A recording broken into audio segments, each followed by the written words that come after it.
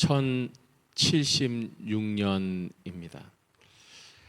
베크 수도원의 부원장이자 수도원 학교 교장이었던 안셀무스에게 동료 수사들이 한 가지를 간절하게 요청합니다. 그것은 다름 아닌 하나님에 대해 글을 좀 써달라라는 것이었습니다. 이 수사들이 안셀무스에게 두 가지 조건을 달았습니다. 첫째는 성경의 권위에 의해서 써서는 안 됩니다. 즉 성경 문구를 기록하지 말고 하나님에 대해 써주십시오. 성경에 말씀하기를, 성경에 기록하기를, 성경에 의하면 이런 말들을 쓰지 말고 하나님에 대해서 써주십시오. 두 번째 조건은 일반인들도 심지어 바보들조차도 이해할 수 있도록 단순하고 이성적인 설명으로 하나님에 대해 써주십시오 라고 부탁을 했습니다. 이 안셀무스는 이 말이 매우 신성모독적이라는 말임을 잘 알고 있었습니다. 왜냐하면 자기가 믿는 하나님은 인간의 이성으로는 파악하기에는 너무 위대하고 너무 크고 너무 깊고 너무 높기 때문이었습니다. 그래서 이 안셀무스는 이 핑계 저 핑계를 대면서 사양을 했는데, 그럼에도 불구하고 이 수사들이 열화와 같이 계속해서 요청을 해서 어쩔 수 없이 하나님에 대한 글을 쓰게 되었습니다. 안셀무스는 회개하는 마음으로 오직 인간의 이성만으로 파악할 수 있는 하나님에 대한 책을 썼습니다. 그 책 이름이 모놀로기온이라고 하는 책입니다. 그는 이 책에서 하나님에 대해 이렇게 정의했습니다. 존재하는 모든 것들 중에 가장 좋은 것, 가장 위대한 것, 가장 높은 것이 존재한다. 존재하는 모든 것들 중에 가장 좋은 것, 가장 위대한 것, 가장 높은 것이 존재한다. 그 존재가 바로 하나님이시다. 여러분은 하나님을 어떤 분이라고 생각하십니까? 오늘 말씀에 하나님이 어떤 분인지를 우리에게 가르쳐 줍니다. 하나님에 대한 한 단편을 우리에게 가르쳐 주시는 것입니다. 우리 11절 말씀을 우리 다 같이 한 번 더 읽겠습니다. 모든 일을 그의 뜻의 결정대로 일하시는 이의 계획을 따라 우리가 예정을 입어 그 안에서 기업이 되었으니, 모든 일을 그의 뜻의 결정대로 일하시는 이분이 바로 하나님이십니다. 우리는 이 말씀을 통해서 하나님에 대해서 두 가지를 알 수 있습니다. 첫째는 하나님은 뜻을 가지고 결정하시는 분이시다. 하나님은 결정하시는 분이시다. 이 결정한다고 하는 것은 선택하는 것이고, 하나님은 선택하시는 분이시다. 하나님은 뜻을 정하고 그 뜻에 맞춰서 선택하시는 분이시다. 우리가 어떤 것을 선택할 때에는 그 선택은 충동적이든 어떻든지 간에 우리의 의지의 표현입니다. 우리가 의지를 가지고 선택을 하고 결정을 하는 것이죠. 하나님은 모든 일을 행하심에 그의 뜻의 결정대로 하신다, 결정하시고 행하신다라고 하는 말씀을 통해서 우리는 하나님이 의지적인 존재, 의지를 가지고 계신 하나님이시다라는 사실을 알 수 있습니다. 두 번째, 하나님은 어떤 분이신가? 하나님은 일하시는 하나님이시다. 이 말씀은 가장 기초적으로는 하나님은 움직이시는 하나님이시라는 뜻이고, 하나님은 행동하시는 하나님이시고, 하나님은 뜻을 가지고 그 뜻을 이루기 위해 일하시는 하나님이시다라는 것입니다. 가장 넓게 말하면 하나님은 살아계신 하나님이시다. 하나님은 우리 인간의 이 인격체의 기본적인 세 요소라고 하는 지정의를 가지고 계신 하나님이시다. 하나님은 살아계신 하나님이시다. 하나님은 살아계셔서 뜻을 정하시고 그 정하신 뜻을 이루기 위해서 일을 하시는 하나님이시다. 하나님은 살아계신 하나님이시다. 그래서 구약 성경에 보면 하나님께서 그 당시 이스라엘 사람들이 우상 숭배에 빠져 있을 때 이 우상 형상과 대비되는 자신의 존재를 가르치기 위해서 비교하시면서 이렇게 말씀하십니다. 시편 115편에 보면 그들의 우상은, 너희들이 섬기는 그 우상은 은과 금이요 사람의 손으로 만든 것이라. 사람들이 우상을 만드는 장인들이 은과 금을 통해서 우상을 만들었습니다. 근데 하나님이 이렇게 비꼬으면서 말씀합니다. 입이 있어도 말하지 못하며. 우상을 만들었는데 그 우상에 입이 있습니다. 그런데 그 우상은 말을 하지 못한다. 눈이 있어도 보지 못하며, 눈은 분명하게 있는데 그 눈이 움직이지를 않고 보지 않는 것입니다. 귀가 있어도 듣지 못하며, 귀는 틀림없이 있는데 듣지를 못하는 것입니다. 코가 있는데 냄새도 맡지 못하며, 손이 있는데 만지지도 못하며, 발이 있어도 걷지 못하며, 심지어 콧구멍이 있어도 작은 소리조차 내지 못하느니라.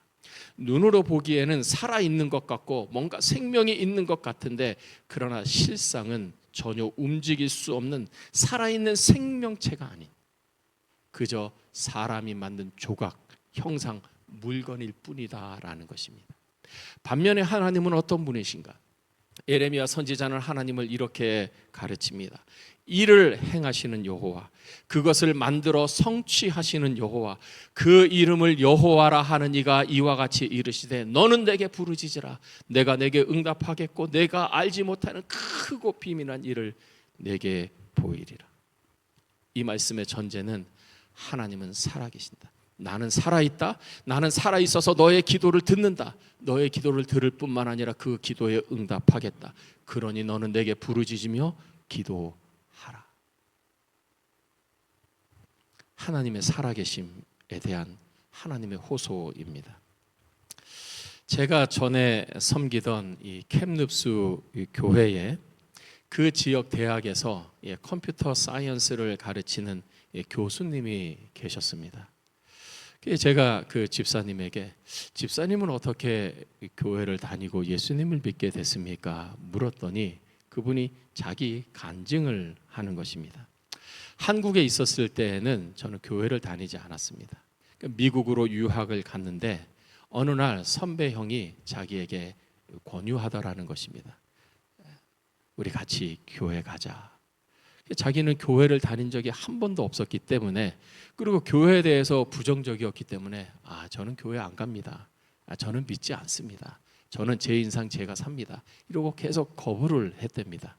근데 그 선배 형이 계속해서 야, 우리 교회 가자. 교회 좋아. 교회 가면 밥도 주고 공부에 대한 정보도 얻고 교회 가면 좋아. 몇 번을 거절을 하다가 이 형이 계속해서 권유하길래 그래, 한번 가볼까? 뭐 밥도 준다는데, 그리고 뭐 학교에 대한 정보도 얻는다는데 나쁠 거 없겠지. 이러고 교회를 가게 됐답니다. 그렇게 교회를 가던 중에 어느 날 목사님이 새벽 예배를 광고를 하시더랍니다. 여러분 새벽에 와서 기도하십시오. 하나님이 여러분의 기도에 응답하실 겁니다. 근데 그 말에 특별히 마음에 와닿아서 이분이 새벽 기도회를 참여를 하게 되었습니다. 근데 이분이 유학을 왔으니 이제 돈이 없어서 기도를 했는데 그 기도가 하나님, 제가 돈이 없습니다. 이번에 장학금을 타야 됩니다. 장학금 좀 타게 해주십시오. 기도회 때. 근데 정말 자기 실력으로서는 장학금을 탈 실력이 안 되는데 정말 장학금을 탔대요. 또 그 다음 학기에 동일한 기도 제목을 가지고 제가 장학금을 타야 됩니다. 장학금 타게 해주십시오.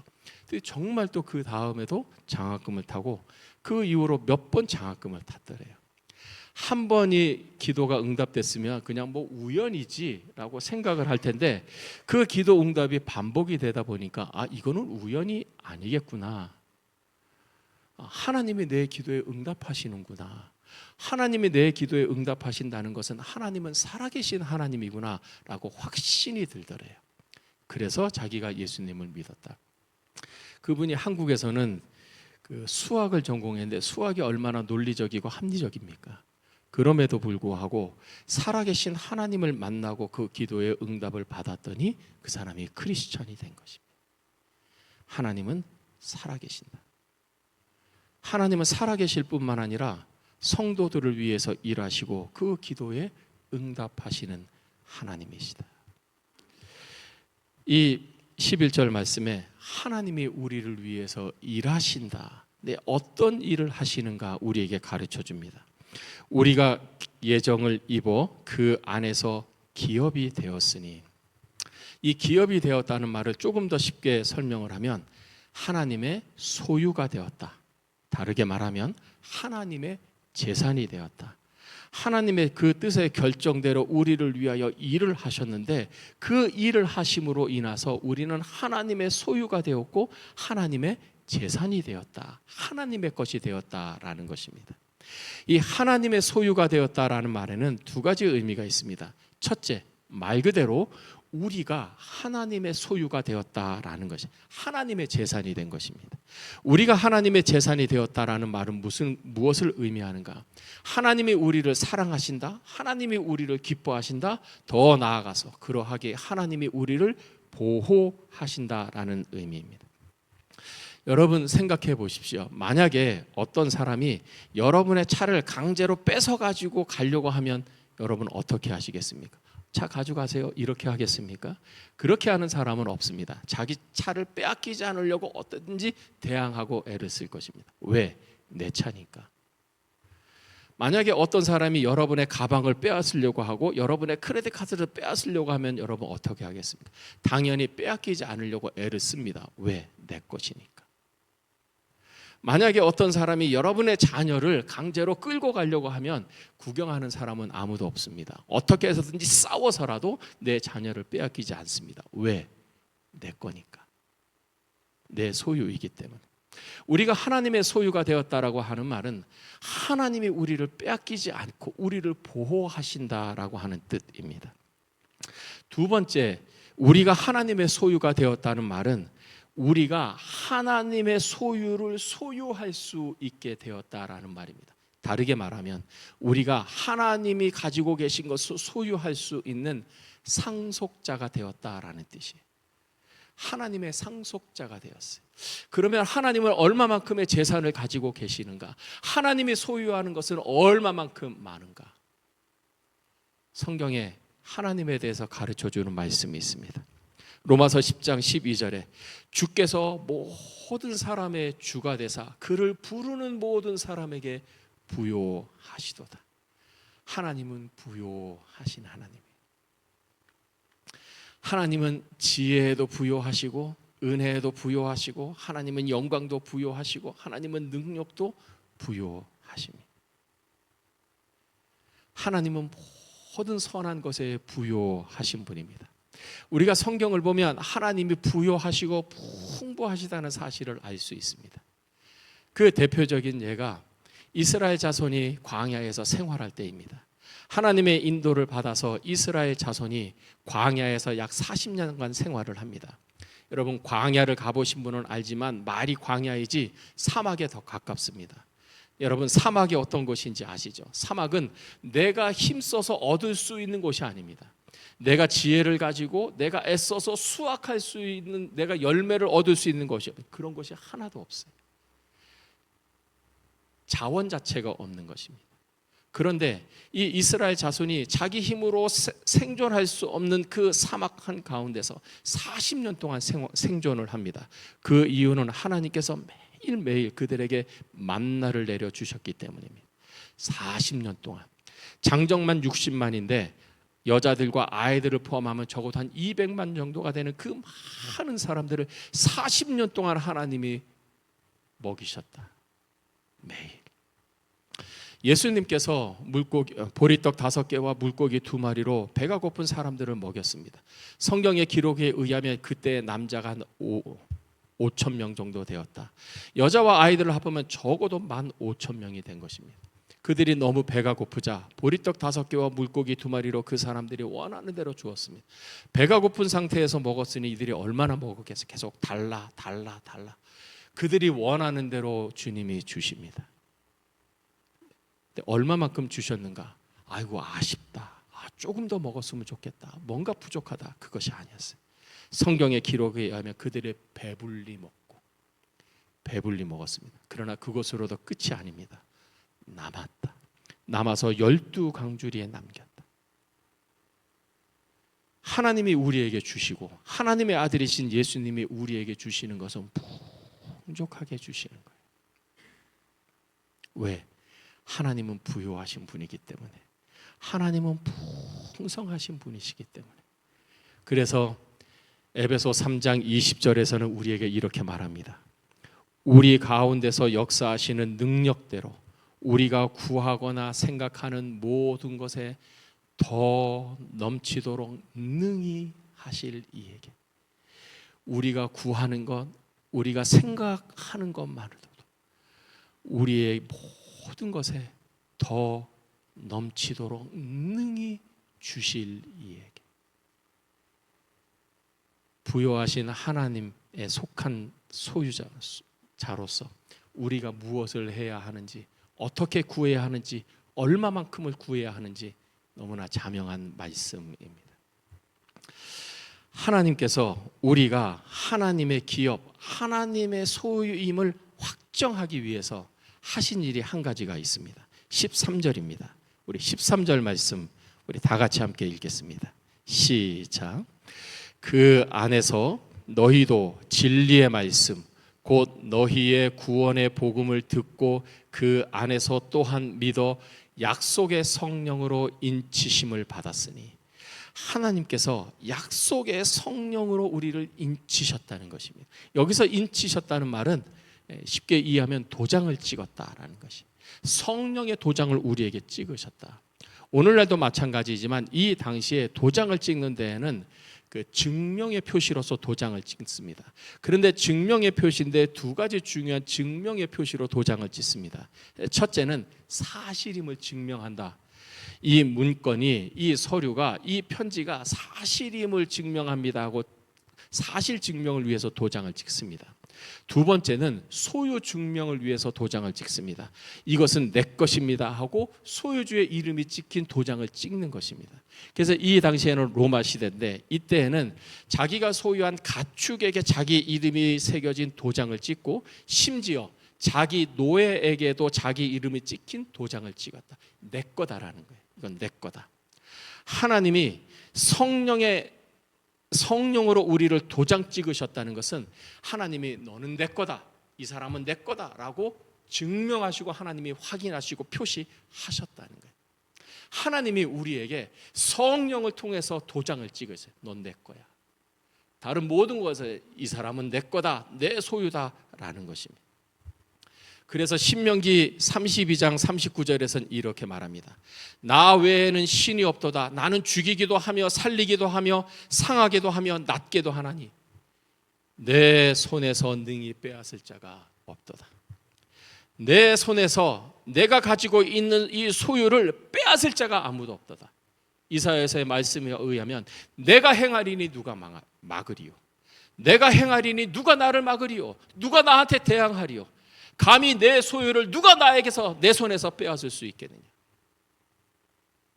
아무도 하나님의 소유된 우리를 빼앗을 수 없다는 거예요. 그러므로 우리는 안전한 것입니다.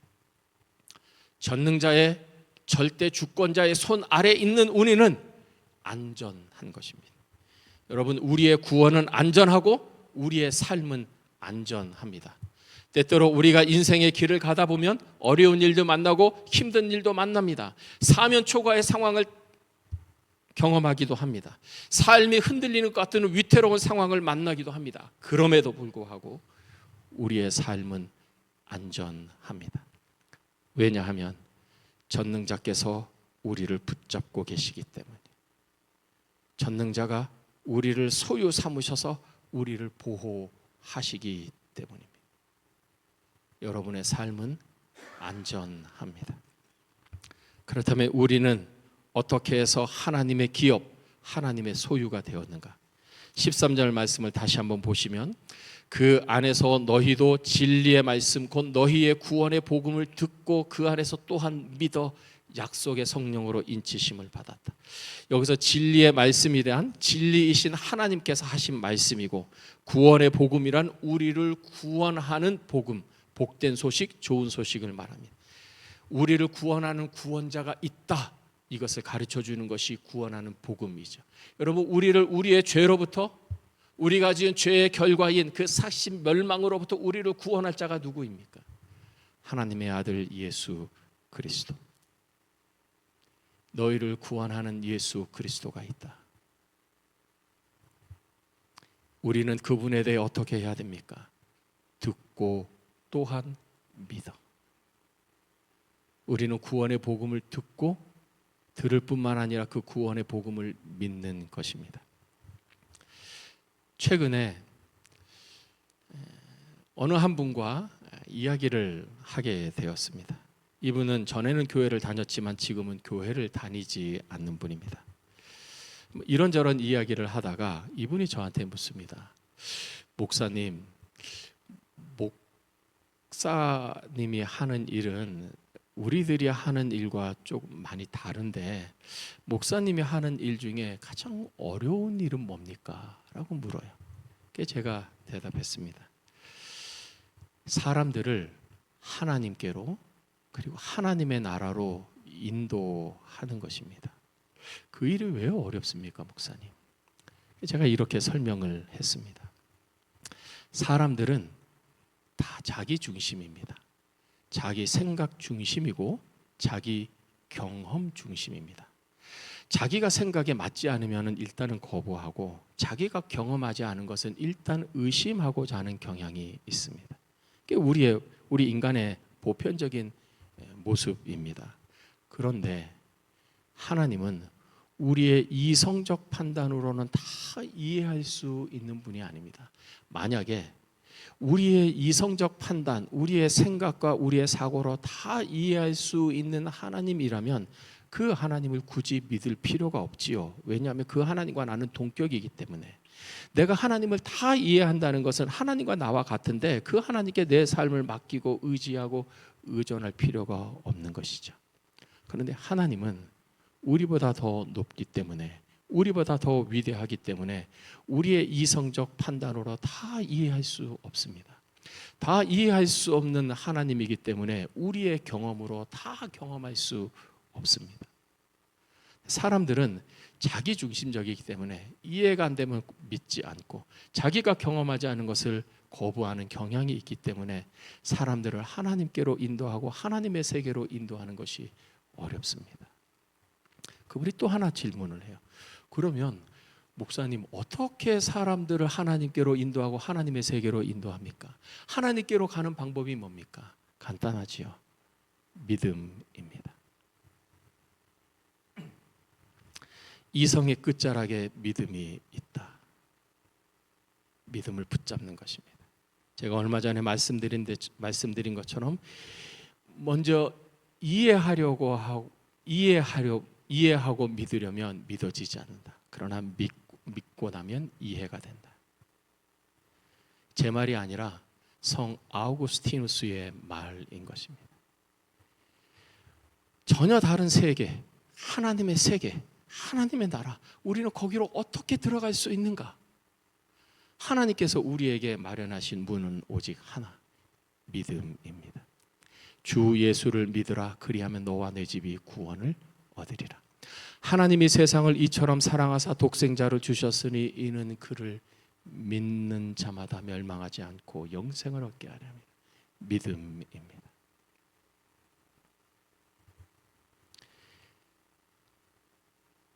듣고 또한 믿어. 그렇다면 우리는 성령의 인치심으로 하나님의 자녀, 하나님의 소유가 된 우리는 무엇을 할 것인가? 첫째, 하나님을 예배하십시오. 하나님이 우리를 하나님의 자녀 삼으시고 하나님의 소유 삼으신 목적은 오늘 말씀에 기록한 것처럼 영광의 찬송이 되게 함이라. 그의 영광을 찬송하게 하려 함이라. 찬송이죠. 찬송은 다르게 말하면 예배입니다. 바울과 실라가 무고하게 빌립보 감옥에 갇혔습니다.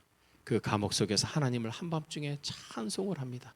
그러나 그들이 찬송을 할 때 그들이 예상하지 못했던 한 놀라운 일이 일어납니다. 땅이 흔들리면서 지진이 일어난 것입니다. 땅이 흔들리니 온 감옥문이 다 열리는 것입니다. 왜 하나님은 그 지진을 일으켰을까? 내가 너와 함께한다. 내가 너의 찬양을 듣고 있다. 내가 너의 예배를 받고 있다. 이스라엘 자손들이 하나님 앞에 경배하고 예배했을 때 하나님의 영광의 구름을 동반하시고 그 찬송과 예배 가운데 임하셨습니다. 하나님의 영광을 목도한 사람들이 서 있을 수가 없어서 하나님 앞에 다 엎드리면서 하나님을 경배합니다. 하나님은 이스라엘의 찬송 중에 임하십니다. 유다 백성이 자기보다 강한 군인들이 침략을 해왔을 때 자기들의 힘으로는 도저히 이 적군을 이길 수가 없었습니다. 그때 그들은 온전히 하나님만을 의지하기로 결심합니다. 전쟁터에 나가서 제사장을 앞에 두고 하나님을 찬양합니다. 여러분, 이게 상식적으로 말이 되는 이야기입니다. 전쟁에서는 전쟁을 해야 하는 것이지 전쟁에서 찬송을 합니다. 그것도 이해가 됩니다. 왜? 전쟁한다고 해서 이길 수가 없는 거예요. 일단 군인 숫자가 너무나 차이가 나는 것입니다. 그들이 할 수 있는 최선의 방법은 오로지 하나님을 의지하고 하나님을 찬양하는 것입니다. 그런데 놀라운 일이 일어납니다. 하나님이 그 찬양을 들으시고 하나님의 능력을 행하셔서 적군을 다 물리치고 승리하게 하십니다. 하나님은 이스라엘의 찬송 중에 거하십니다. 하나님을 예배하십시오. 하나님을 찬양하십시오. 그러면 우리는 우리의 삶 속에서 어떻게 하나님을 예배하고 찬양하는가? 시편 기자는 나는 하루 7번 하나님을 찬양합니다. 우리가 7번 찬양하면 좋겠지만 우리가 실제 실천할 수 있는 건 3가지. 첫째, 아침에 일어나서 하나님을 찬양하십시오. 하나님이 새벽에 나의 기도를 들으시리로다. 새벽에 나의 찬양을 들으시리로다. 새벽에 하루를 시작하기에 앞서서 고요히 하나님을 찬양하십시오. 두 번째, 낮 시간에, 점심시간에 조금 개인적인 시간이 있을 때 하나님을 흥얼거리며 하나님을 찬양하십시오. 세 번째, 하루 일과를 다 마치고 홀로 있는 고요한 시간에 아니면 가족들과 함께 찬양을 하십시오. 주님의 높고 위대하심을 내 영혼이 찬양합니다. 나를 사랑하신 하나님을 찬양합니다. 여러분, 하루 3번 하나님을 찬양하기를 바랍니다. 찬양 중에 하나님께서 여러분에게 임하실 것입니다. 여러분에게 말씀하실 것이고 여러분은 하나님을 느낄 것이고 하나님의 임재를 깨닫게 될 것입니다. 하나님의 은혜와 능력을 받게 될 것입니다. 두 번째, 우리는 무엇을 해야 하는가? 듣게 하라. 구원의 복음을 듣게 하라. 믿기 전 단계는 듣는 것입니다. 들어야 믿습니다. 듣지 않는 것을 믿을 수 없습니다. 누군가가 듣는다면, 들어야 한다면 누군가가 먼저 말해야 합니다. 구원의 말씀, 생명의 말씀, 은혜의 말씀, 예수님의 말씀을 누군가가 말해야 듣습니다. 여러분이 바로 그 말하는 자가 되십시오. 여러분이 만난 하나님, 더 정확하게는 여러분을 만나주신 하나님, 여러분이 받은 구원의 감격, 여러분이 경험한 기도 응답의 체험, 은혜에 대한 깨달음, 그것을 나누십시오. 자기 이야기를 할 때 가장 힘이 있는 것이고 가장 파워풀한 거예요. 주워 들은 이야기는 카더라가 되는 거예요. 그러나 내가 경험한 것, 내가 받은 것, 내가 깨달은 것 얘기하면 그 말 속에 힘이 있어요. 진정성이 있습니다. 그 힘과 진정성이 사람의 마음을 움직이는 것입니다. 듣게 하십시오. 구원의 복음을 듣게 하십시오. 하나님께서 여러분의 말을 통하여 놀라운 구원의 역사, 생명의 역사를 일으키실 것입니다. 마지막 세 번째, 하나님의 소유가 된 우리는 무엇을 할 것인가? 여러분 저를 한번 따라해 주십시오. 담대하라. 담대하라. 하나님께서 우리를 선택하셨어요. 우리를 하나님의 자녀 삼으시기 위해 예정하셨습니다. 우리를 위해 구원하는 일을 하셨고 성령으로 도장을 찍었어요. 너는 내 거다. 너는 내 소유다. 나는 결코 너를 놓지 않을 것이다. 어느 누구로부터 너를 빼앗기지 않을 것이다. 내가 너와 함께한다. 내가 너의 삶을 책임진다. 소극적인 표현으로 하면 두려워하지 말아라. 적극적인 표현으로 하면 담대하라. 그래서 예수님이 우리에게 말씀하십니다. 세상에서는 너희가 환난을 당하나 담대하라. 내가 세상을 이기었노라. 여러분은 하나님을 믿습니까? 그 아들 예수 그리스도를 마음으로 믿음으로 영접하셨습니까? 여러분은 성령의 인치심을 확신합니까? 이 말씀을 믿습니까? 그러면 여러분은 하나님의 소유입니다. 전지전능하신 하나님이 여러분을 결코 빼앗기지 않을 것입니다. 그 누구도 하나님의 손에서 여러분을 빼앗길 자가 없습니다. 그러니 안심하십시오. 더 나아가서 담대하십시오. 하나님의 자녀답게, 하나님의 소유답게 믿음을 가지고 신뢰하면서 찬양하고 예배하면서 하나님의 자녀로 사는, 하나님의 소유로 하나님께 영광 돌리는 모두가 되시기를 주님의 이름으로 축복합니다. 기도하겠습니다.